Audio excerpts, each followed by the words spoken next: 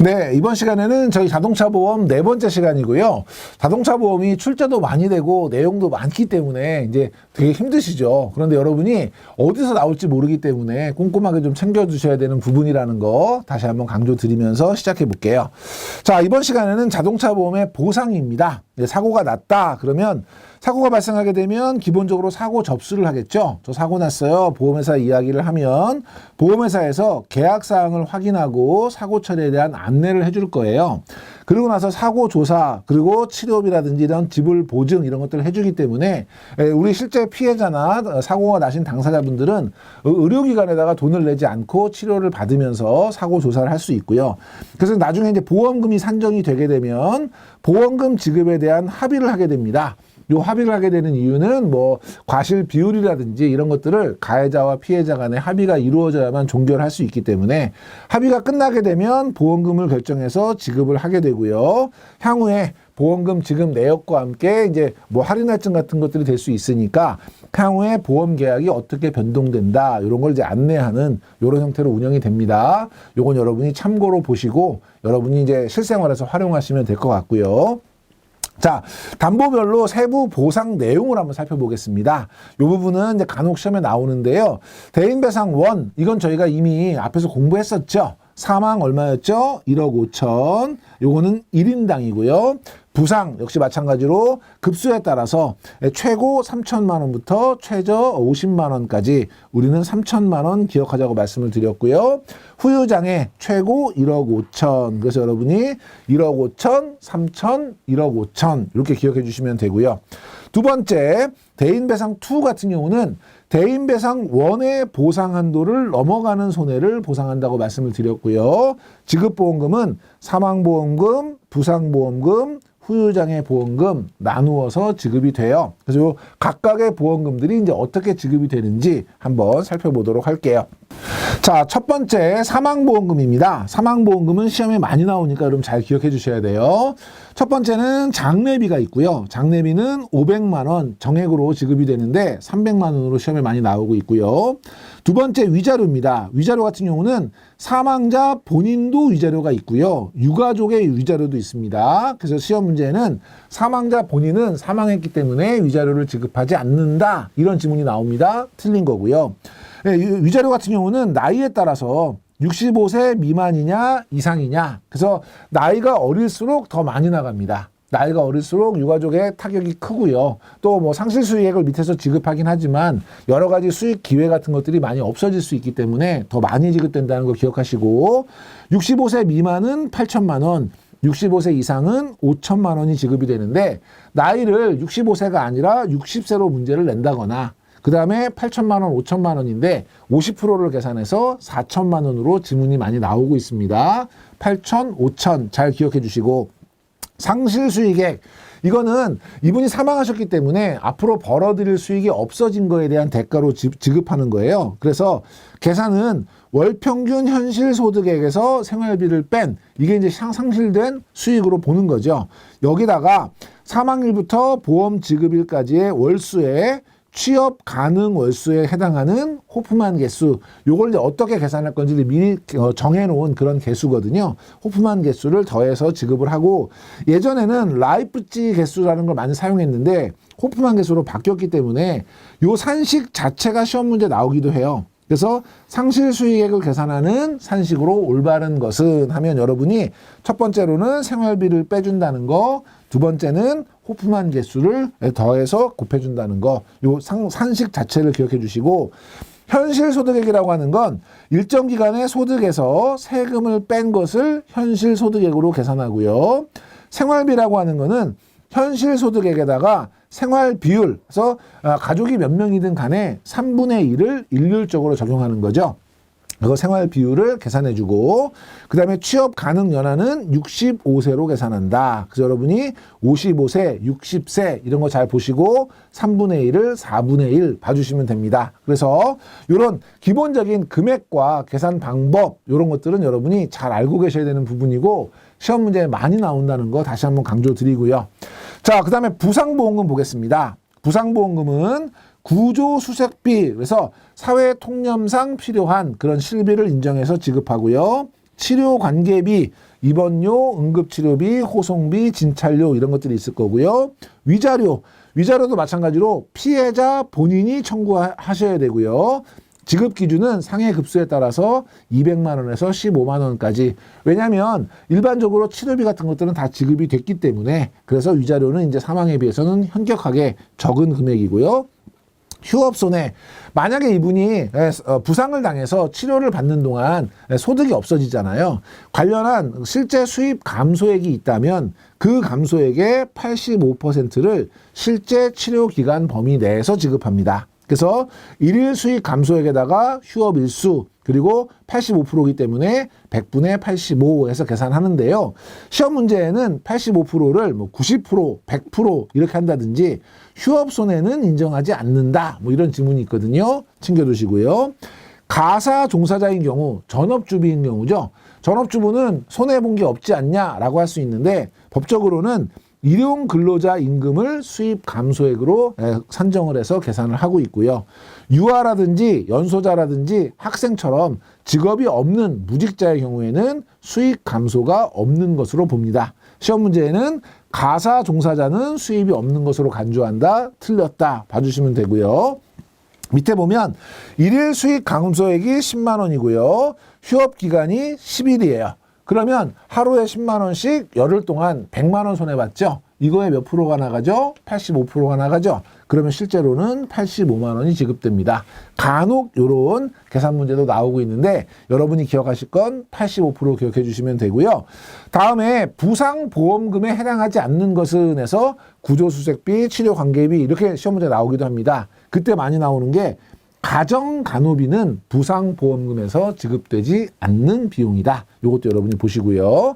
밑에 보면 부상보험금, 간병비가 있고요. 기타 손해배상금이 있는데 간병비는 최대 60일 한도고요. 요거 90일 한도로 시험 문제 많이 나오고 있고 실제 입원 기간 동안 간병비를 지급을 합니다. 그래서 책임보험 상해 구분상 1등급에서 5등급, 부상등급 1급에서 5급에 해당하시는 분에게만 지급이 되고요.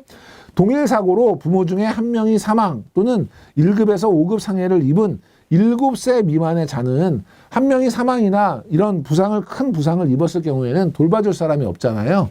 이런 경우에 이제 간병비를 지급하겠다 이런 개념이고 기타 입원한 경우에는 입원에 대해서 한 끼당 4,030원 병원 식사를 이용하시게 되면 병원 식사로 가름하는 거고요. 그렇지 않을 경우 4,030원을 지급하고요. 입원하지 않고 통원을 했다. 그러면 통원 일수에 대해서 교통비 조로 하루에 8,000원씩 지급을 하고 있다. 이런 내용도 알아두시면 될 것 같고 자 예시 한번 다시 볼게요. 치료 관계비가 30만 원이고요. 휴업 손해가 150만 원이고요. 기타 손해가 20만 원이고요. 가정 간호비가 100만 원이고요. 피해자 책임이 40%다. 이때 부상보험금은 얼마냐? 그러면 치료 관계비, 휴업 손해, 기타 손해배상금은 우리가 보상을 하지만 가정 간호비는 부상보험금에 해당이 안 되죠. 가정 간호비는 빼야 돼요.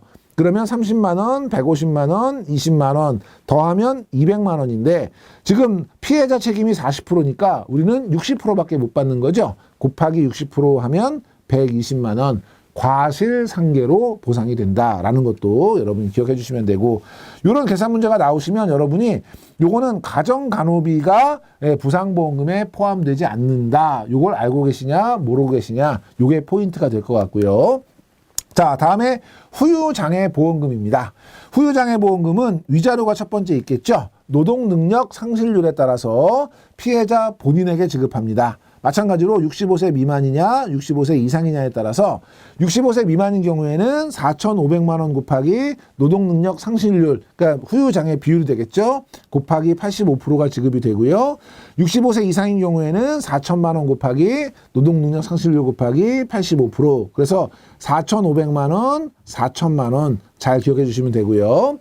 가정 간호비를 지급받을 대상, 가정에서 간호를 받을 만큼 훨씬 후유장애가 심각하다는 거죠. 이럴 경우에 좀 더 많이 지급을 해드려야 돼요. 65세 미만은 8천만 원에 85%, 65세 이상은 5천만 원에 85%로 적용을 한다. 그리고 8천만 원, 5천만 원은 외우지 마시고 요거는 사망보험금의 위자료 기준과 동일한 것이죠. 그렇게 기억해 주시면 될 것 같고요.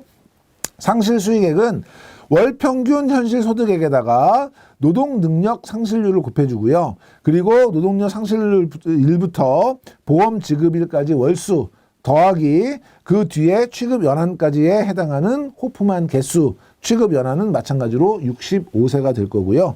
호프만 개수의 총합은 240을 한도로 하고 있다. 요건 뭐 참고로 보셔도 좋겠습니다. 그래서 상실 수익액은 동일하게 우리 사망보험과 마찬가지로 호프만 개수를 이용해서 지급한다. 알아두시고요.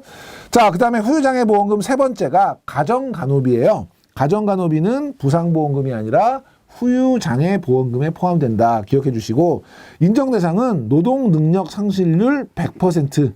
결국 이제 사망에 준하는 굉장히 심각한 그런 후유장애인 것이죠. 그 판정을 받은 경우에 지급기준은 일용근로자 임금 기준으로 일시금 또는 매월 정기금으로 지급한다. 알아두시면 되겠습니다.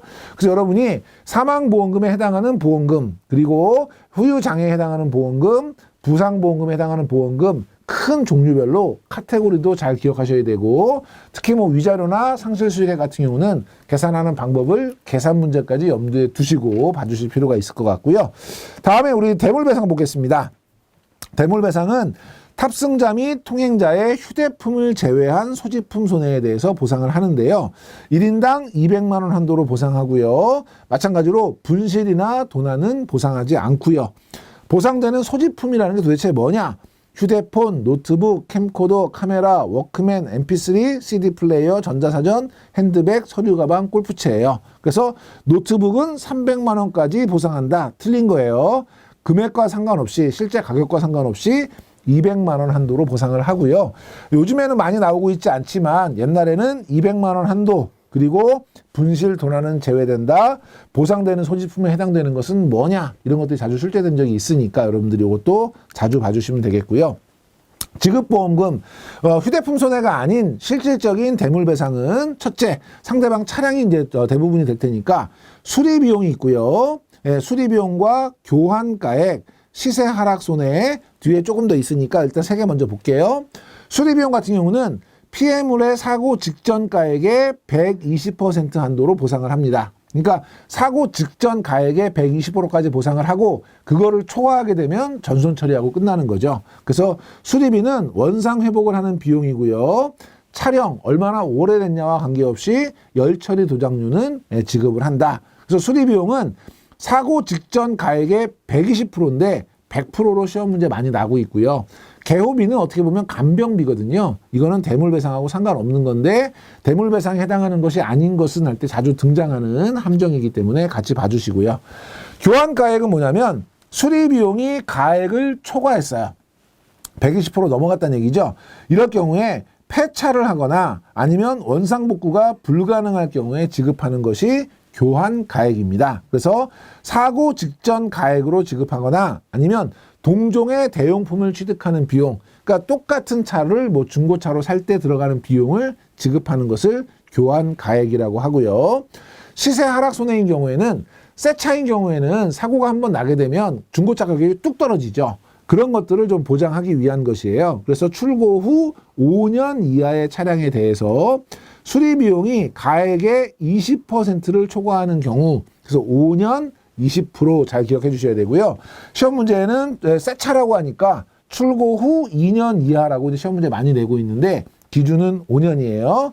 그래서 1년 이하의 자동차의 경우에는 가액의 20% 수리비용 가액의 20% 초과로 이제 해서 이제 사고가 나면 수리비용의 20%를 추가로 더 지급을 하는 거고요.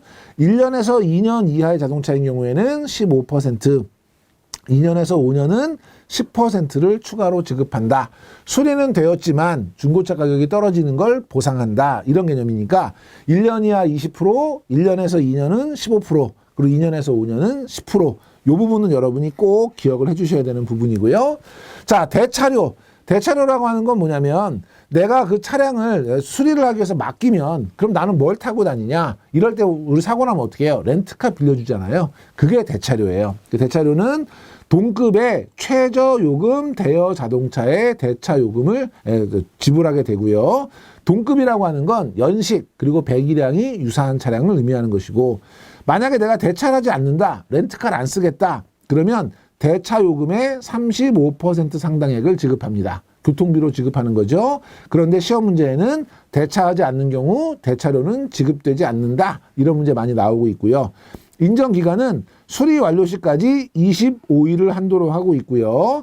정비 작업 시간이 160시간을 초과하게 되면 30일까지 이제 한도를 늘려서 적용하고요. 수리가 불가능할 경우에는 10일을 인정합니다. 예를 들면 차를 사거나 중고차를 사는 기간을 이제 포함한 개념이죠. 그래서 여러분 한도도 좀 정리해 주시고, 휴차료는 차가 쉬기 때문에 발생한 손해니까 이거는 영업용 자동차에 해당이 되겠죠. 그래서 사업용 자동차라든지 건설 기계 같은 경우는 단순히 수리를 하는 게 중요한 게 아니라 그걸로 사업을 해야 되는데 그 차를 수리하는 동안 영업을 못 하는 거잖아요.